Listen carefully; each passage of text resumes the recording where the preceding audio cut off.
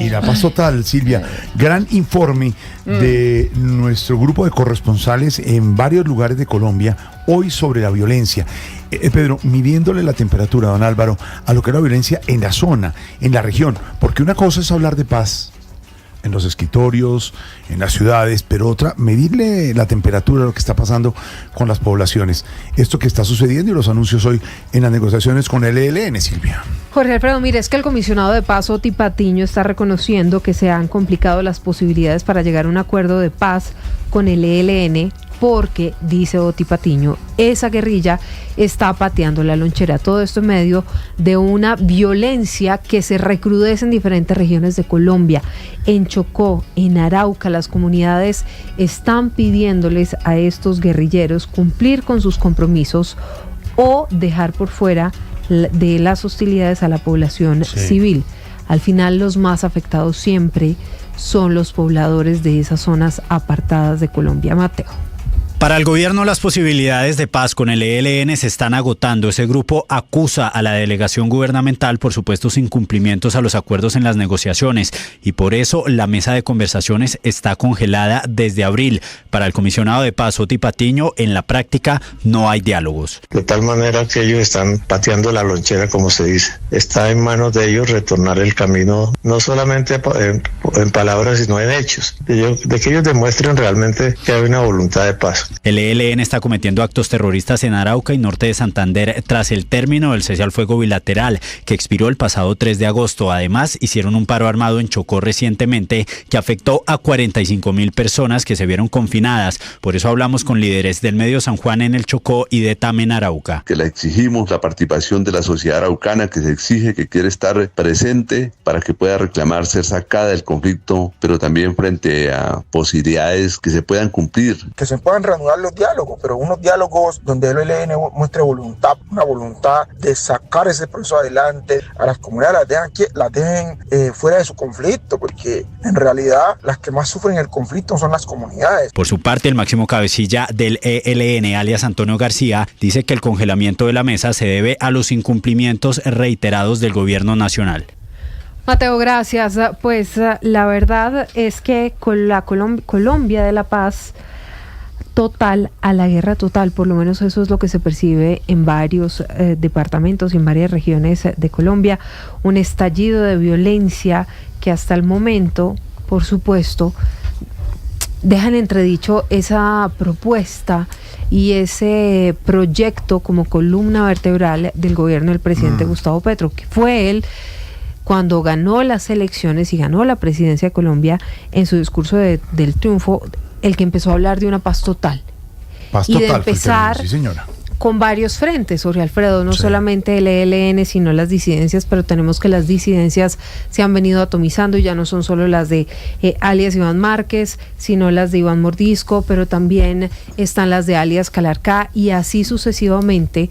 Ha habido en Colombia una multiplicación de grupos criminales que no solamente trafican, que no solamente matan, sino que ahora viven de la extorsión y extorsionan a los panaderos, a los lecheros, absolutamente a los comerciantes y de ahí para adelante lo que a usted se le ocurra en varias regiones del país. Todo esto mientras ponen minas antipersona. Sí. Una niña pequeñita, contábamos, en Caquetá, terminó sin una pierna, terminaron amputándole la pierna por haber caído en una de estas minas antipersona y así sucesivamente.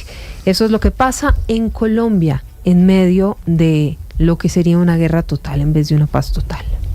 Disidencias de las disidencias es el Frente 57 o Frente Yair Bermúdez. La presencia de este grupo está generando combates en zonas rurales de municipios como Corinto, Caldono, Inzá, Páez y Belalcázar. Antonio Useche, asesor de paz de la Gobernación del Cauca. Las disidencias de Iván Mordiscos están en el departamento del Cauca. Él ha mandado un grupo a que peleen con esas disidencias, a conquistar el territorio. Los grupos de disidencias que delinquen en Caquetá se han convertido en la peor pesadilla para comerciantes, campesinos y hasta transportadores, quienes según información deben pagar sumas anuales hasta de 80 millones de pesos. Es que hay que pagar por cada caja de cerveza que se reparta a lo largo y ancho del río Caquetá. muchos deciden pagar por miedo a que no tomen represalias. Varias viviendas que hacen parte del corregimiento de Llano Grande, en el municipio de Convención, en la zona del Catatumbo, amanecieron con letreros alusivos a la guerrilla del EPL, que entre otras cosas están haciendo de nuevo su reaparición en este territorio.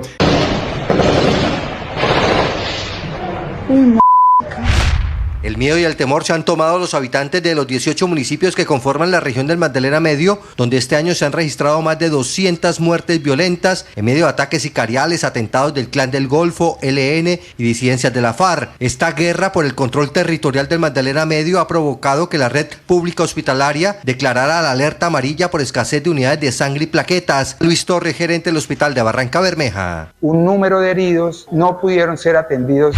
Las extensas llanuras de Neiva siguen siendo hoy un albergue para las familias que huyen de la violencia. Sandra es una joven de 20 años quien, por temor a que su hermana menor fuera reclutada, se vio obligada a abandonar su tierra natal. Yo estaba trabajando común y corriente, llegó un grupo armado, nos hicieron cerrar y a mí me arrinconaron y me dijeron de que yo supuestamente era una infiltrada del ejército. Desde hace unos meses la tranquilidad que se vivía en el Tolima cambió totalmente y a la memoria regresaron las imágenes de dolor y muerte. Nuevamente, menores usados como escudos humanos. El coronel Oscar Felipe Toro, comandante del Batallón de Infantería 17. Hubo 2 menores de edad de sexo femenino de 13 y 17 años de edad, las cuales serían llevadas a los departamentos del Caquetá y Huila. Adriana Magali Matiz, gobernadora. Presidente Petro, no más retórica. Informe especial desde varias ciudades, desde varias zonas de Colombia. Fernando Rojas en Cauca, Lisset Pulido en Caquetá, Cristian Santiago en Catatumbo, Javier Rodríguez en Santander, Silvia Lorena Artunduaga en Huila, Fernando González en Tolima. Una radiografía de lo que está pasando con el tema del abasto total que nos contaba Silvia, pero desde las regiones, informe especial en la redacción de Blue Radio, tía. No está fácil la situación. No, que va a estar fácil, Jorge. Jorge, para preguntarle a don Álvaro Forero. Si, don Álvaro, ¿usted cree que la paz total del presidente Petro está en cuidados intensivos? Sí, tía, está en cuidados intensivos. Yo creo que eso es evidente. El mismo gobierno lo dice. Estos procesos siempre son difíciles, pero con el ELN pues estamos acostumbrados a que se terminen. Lo que pasa es que las alternativas que tenemos en Colombia no son muchas. Terminar un proceso es facilísimo, se cierra de un portazo, pero las consecuencias quedan ahí. Entonces, no intentarlo es muy complejo. Lo que pasa es que los procesos tienen unos tire y aflojes muy grandes. Las partes se endurecen antes de aflojar. Acuérdese, por ejemplo, que el proceso de paz con las FARC en el 2015 estaba pasando por unos peores momentos antes de que el gobierno mandara un grupo adicional y decidiera cerrar el acuerdo. Pero pues con el ELN las cosas son muy difíciles. Uno lo que nota es que hay una posición distinta entre la mesa de negociación y el comisionado de paz. Obviamente el comisionado de paz debe reflejar más la posición del presidente, pero pues la mesa también. De pronto dividir las posiciones, una más flexible y una más dura. La decisión de cuándo aflojar y cuándo apretar es muy importante en estas negociaciones. Esto lo que revela es que, pues, además de frustración, pues también hay manejo, hay muñequeo. Vamos a ver, ojalá pues se logre que no se terminen estos diálogos y que el ELN de verdad quiera avanzar. Muy posiblemente no, es muy fácil ser pesimista en esto. Pero pues los gobiernos tienen que intentar hasta último momento y hay que acordarse que lo que se ve por fuera de los procesos generalmente no es lo que hay adentro, pero pues que este proceso tenga éxito cada vez se ve más difícil, obviamente. Claro, y ojo lo que dice usted, y lo dice tía Álvaro, lo que se ve por fuera, de pronto no es lo que está pasando por dentro. Y ojalá, como dice don Álvaro, no se termine esa oportunidad, aunque sí están cuidados intensivos, dice don Álvaro Forero. No, don Pedro, ¿usted también cree que la paz total del presidente Petro está en una UCI? Yo creo que está en cuidados intensivos, claro que sí, pero no hoy, hace rato. Porque creo que ese proceso no comenzó de una manera organizada. Ni ese ni el de la paz total. Creo que de manera permanente el ELN, que es bastante esquivo por su propia organización, a sentarse con una sola representación en una mesa de diálogo. Recordemos que ellos tienen una forma histórica de tener como unidades separadas del centro y de la dirigencia, que se conoce como el COSE, que es el Comando Central.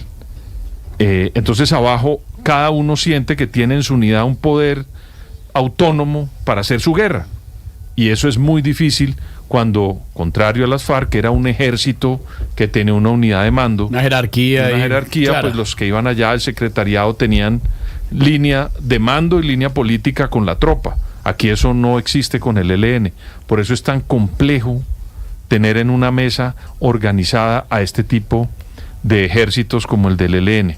Y yo creo que eso, cuando nació, recordemos que había un consejero, un señor de apellido Rueda, que no fue una persona organizada con el proceso de paz, y le entregó eso a Oti Patiño, que creo que ha tenido las consecuencias de la desorganización de ese proceso desde el inicio del gobierno del presidente Petro.